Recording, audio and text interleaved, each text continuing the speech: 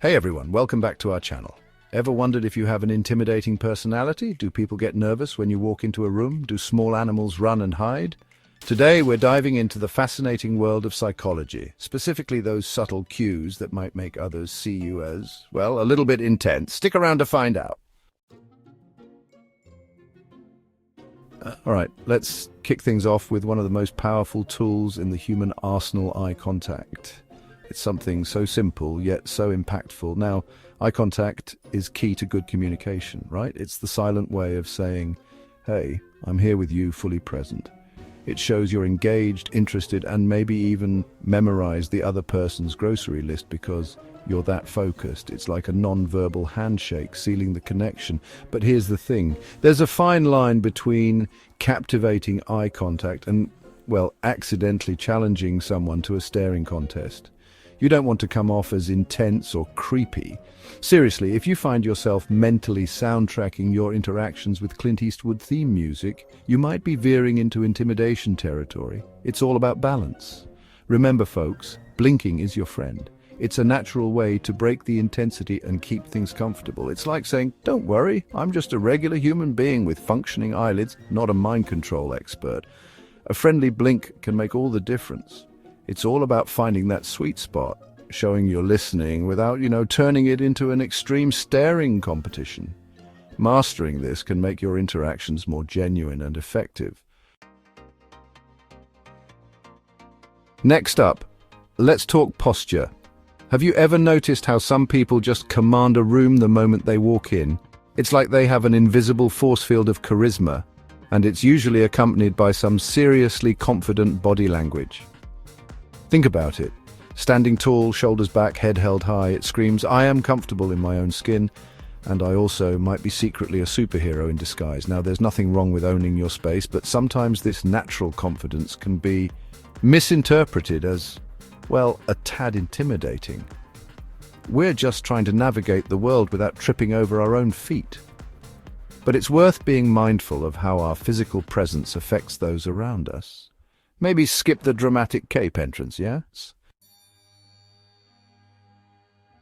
All right, let's talk communication, folks. It's an art, a skill, and sometimes a bit of a dance. Some people, they dance around a topic like they're auditioning for Dancing with the Stars, twirling and spinning without ever getting to the point. Others, they go straight for the point like a cheetah chasing a gazelle across the Serengeti. No hesitation, just pure focus. And sometimes that directness can be, well, a little intimidating. It can catch people off guard, make them feel cornered. Look, I'm all for honesty. It's refreshing, it's necessary. It's the best policy, right? But how we deliver that honesty matters. But there's a difference between being direct and being, shall we say, brutally honest. One builds bridges, the other can burn them. Think of it this way. You wouldn't yell to a friend, you suck right in their face, boom, and then just walk off, right? Or maybe you would, but you'd probably get a few confused and angry stares, right? How we say things is just as important as what we say. The key here is balance, my friends. Balancing honesty with tact, directness with empathy. Be honest, be authentic. But remember that a little empathy and kindness can make all the difference. It's about connecting, not just communicating. Chapter 4. Aiming high. The intimidation of high standards. Okay, let's talk about standards. We all have them, right? Standards are those invisible benchmarks we set for ourselves and others. Whether it's the perfect cup of coffee that starts our day just right, or a flawlessly organized sock drawer, don't judge my sock drawer. We all have our quirks and preferences, but some of us, well, we set the bar a little higher than others. And listen, there's nothing wrong with striving for excellence. It's what drives innovation and personal growth. But sometimes those high standards can be a tad intimidating to those around us. It's like showing up to a potluck with a 5-tiered cake when everyone else brought chips and dip. Delicious, impressive, but also maybe a tad overwhelming. High standards can sometimes make others feel inadequate or pressured. I'll admit it. I can be a bit of a perfectionist sometimes. The thing is, when we hold ourselves to incredibly high standards, we often unintentionally hold others to them too.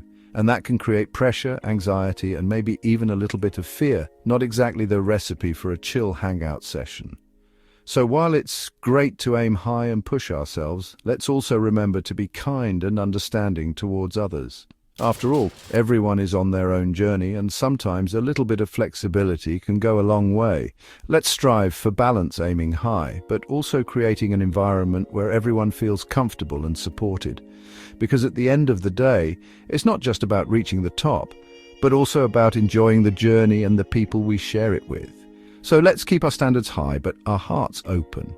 And remember, it's okay to bring chips and dip to the potluck. Chapter 5. Cool under pressure. The power and mystery of emotional control. All right, let's talk about something we all experience. Emotions. Joy, sadness, excitement. That feeling you get when you realize you left the stove on. We've all been there. But some people, they handle their emotions with the calmness of a Zen master meditating on a mountaintop. And while that kind of emotional control is incredibly admirable, seriously, teach me your ways, it can also be a little intimidating. They're the ones who can handle a crisis without breaking a sweat, who can diffuse a tense situation with a calm voice and a reassuring smile. And while it might seem intimidating at first, that kind of emotional intelligence is something to be admired, not feared.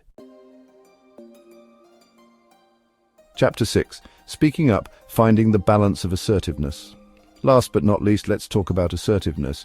You know, that magical ability to stand up for yourself, communicate your needs, and politely decline that extra helping of fruitcake your great-aunt keeps offering you.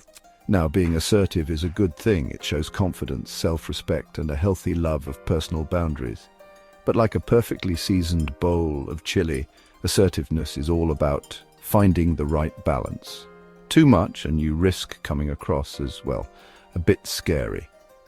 Remember, assertiveness isn't about bulldozing over others. It's about expressing yourself clearly and respectfully. It's about advocating for yourself without accidentally becoming the villain in someone else's story. So, do you think you have an intimidating personality? Maybe you have a powerful handshake, a knack for winning staring contests, or a resting face that could curdle milk. Hey, it happens to the best of us. But remember, it's all about balance and understanding how others perceive you. Thanks for watching, and don't forget to like, comment, and subscribe for more awesome content. And if you have any tips on how to rock a cape without looking intimidating, leave those in the comments too.